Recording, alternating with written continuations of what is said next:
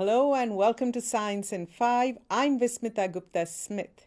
Today we're talking to WHO's Dr. Maria Angela Simão, and we're talking about inequities and how that's impacting our battle against the pandemic. Welcome, Maria Angela. Hello.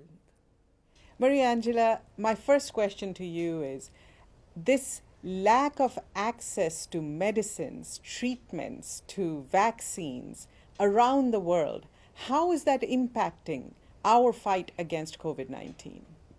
I think this is a very good question because we are talking about something that's very actionable, which is equity in health care. Right? This is a no discussion. And this pandemic just made what was bad worse. And we are seeing huge inequities in access to health care in many, many countries, within countries and across the world. And we are seeing that problems that were chronic in some countries, like the oxygen provision to patients with pneumonia, for example, have become much more acute right now because of the issues with the number of cases increasing so much. We also see that we know more than we knew 1 year ago on clinical care, and we see that medication that are not under patent or anything, that are actually quite cheap, may not be available in some countries, and they make a difference when you have a severe case of COVID-19. So there's a lot that can be done because we always say that equity in healthcare, it's above all, it's not only preventable, but it's also actionable. Maria Angela, I wanted to ask you, if a country can afford to vaccinate their entire population, why should they not do that? What exactly is WHO and agencies like WHO, what are we asking these countries to do exactly? It's not about getting to the moral high ground, but it's something that should touch every human heart because this year we have supply problems, 2021. We don't have enough vaccines to vaccinate everyone in the world. And what WHO and other partners, international partners, are advocating and pushing very hard is that to end this acute phase of this pandemic, we need to have access to vaccines in all countries, reaching healthcare workers, because without healthcare workers, you don't have healthcare. And this is extremely important. And also to prevent people from dying. We know now, we've known from some time that some people are at higher risk of dying if they acquire this new coronavirus. And we are talking of people over 65 and also people who have comorbidities, which means have associated diseases. So it's really, really important that countries think about this and individuals think about this as well. What is the best situation for the world?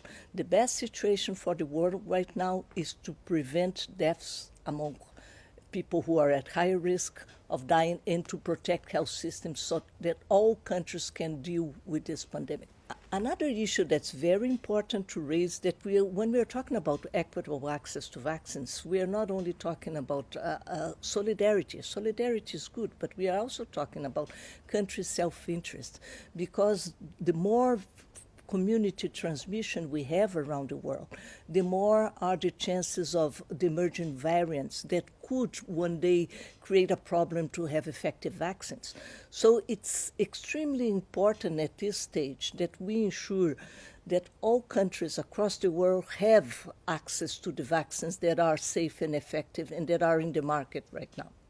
Maria Angela, speak to us about how countries can prepare to accept the vaccines and other support that WHO and partners are getting ready to make available to them.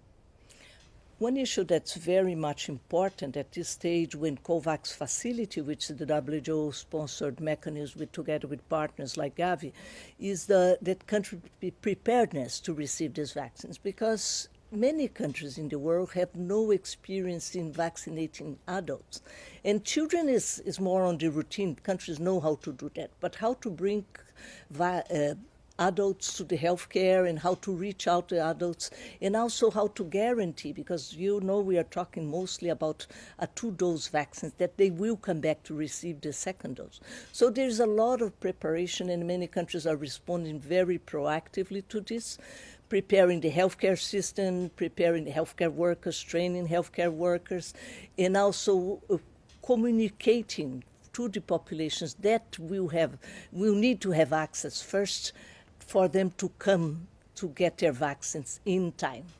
Thank you, Maria Angela. That was Dr. Maria Angela Simone explaining the moral imperative that our world's inequities place before us and how we can address it together to fight COVID-19.